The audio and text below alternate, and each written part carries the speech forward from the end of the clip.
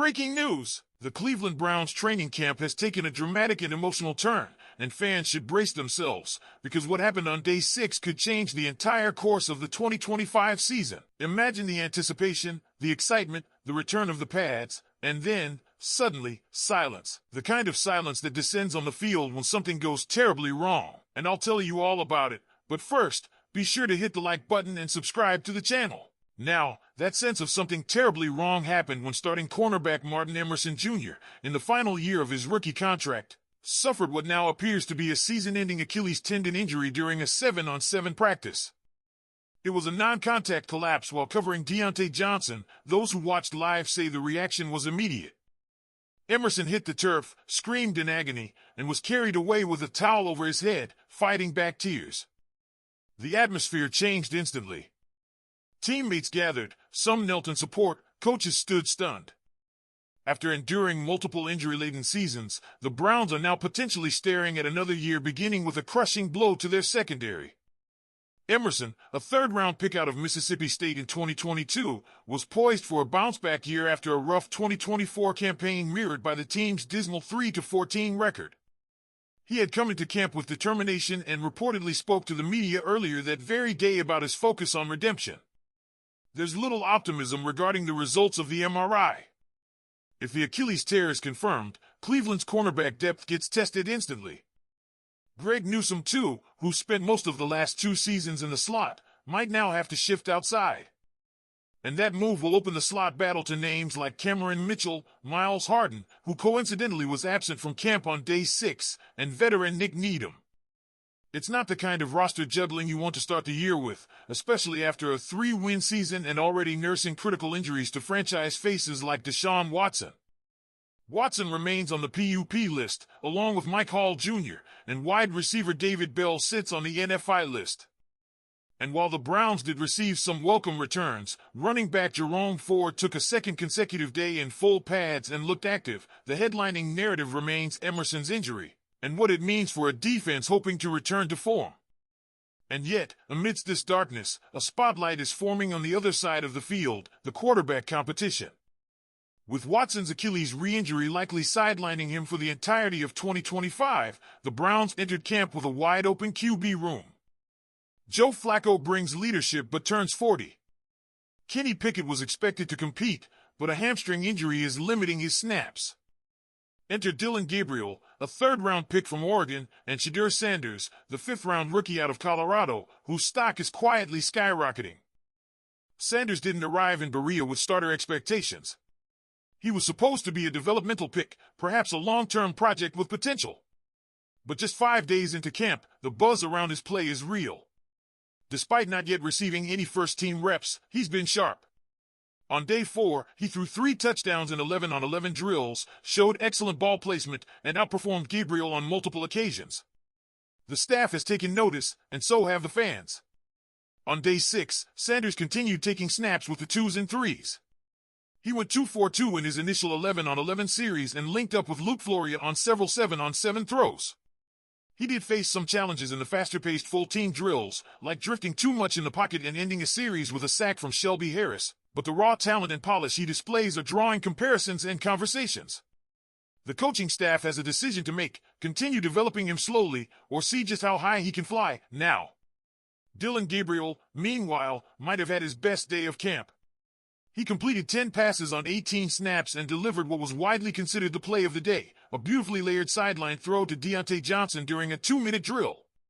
It was a veteran-level read, dropping the ball in a window between a corner underneath and safety help over the top.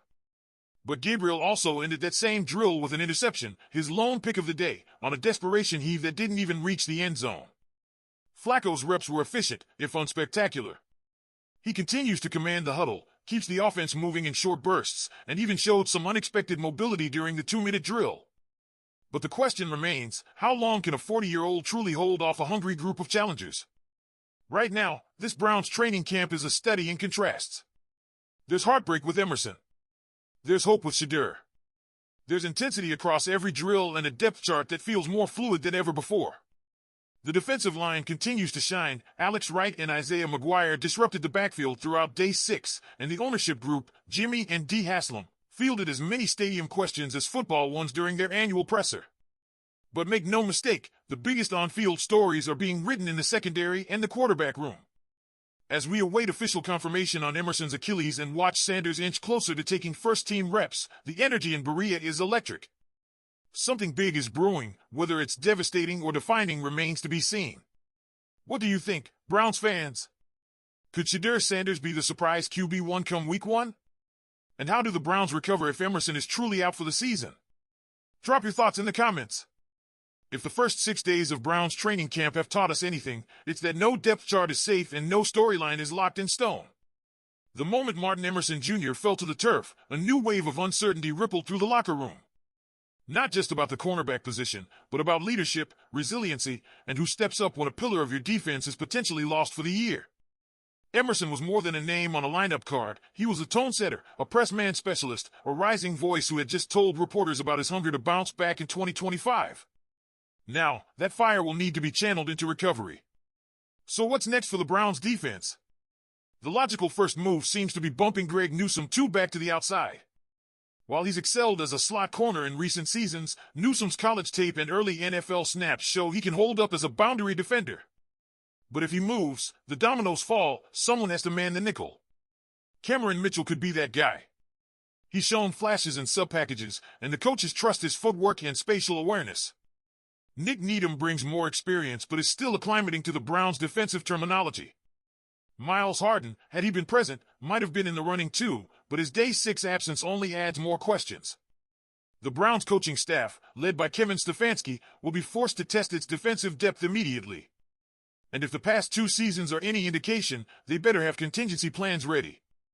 Injuries have plagued this team year after year. The loss of Watson, the shuffle on the O-line, the rotating cast at linebacker, it's a film fans know all too well. But this time, the pressure feels sharper. Coming off a 3-14 season, patience in the fan base is thin. That's why the quarterback drama has taken center stage. And here's where things get fascinating. Shedeur Sanders, with no first-team reps and limited time in Cleveland's offense, has become the focal point of hope. He didn't arrive as a savior, far from it. He was a 5th-round flyer, the son of Deion Sanders, with swagger, experience, and a cannon for an arm. But the strides he's making are undeniable. Coaches love his poise, his teammates respect his calm command, and the fans?